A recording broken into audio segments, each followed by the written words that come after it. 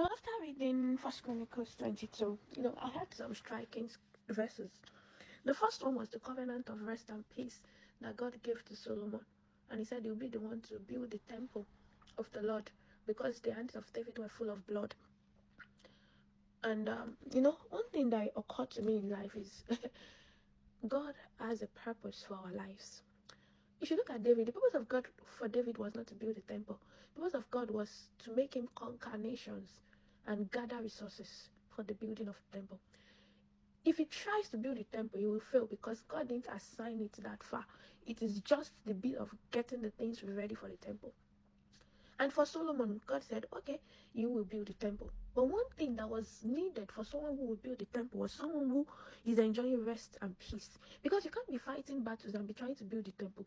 You'll be distracted. So God gave the task of building the temple to David, and then the task of conquering the nations surrounding them that could hinder them from, completing that temple or building it.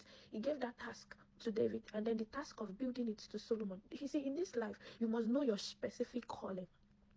What has God called you to do? What is God telling you to do? You can't just generalize. You can't just do things because everybody is diving into it, unless you crash. And one thing about God is when you understand and identify your calling, He will give you the necessary enablement. What David needed for his calling of victorious adventure, of conquering nations, was strength, wisdom, and a victorious mindset, and which David had. And from there was also able to make relationships work and gather resources for the building of the temple. But what Solomon needed is not wars. It's not fighting battles. What he needed, if he's really going to focus on building the temple, was peace and rest. So God made a covenant of peace and rest with Solomon so that he can achieve that purpose. God knows what He is doing with your life. We should live to trust Him and live within the confines of what He has created for us. There are a lot of ministers of the gospel. Look at Apostle Femi Lazarus. Look at his style of calling. It's different from Apostle Michael Orapo. Apostle Michael Orapo is slightly different from Apostle Joshua Selman.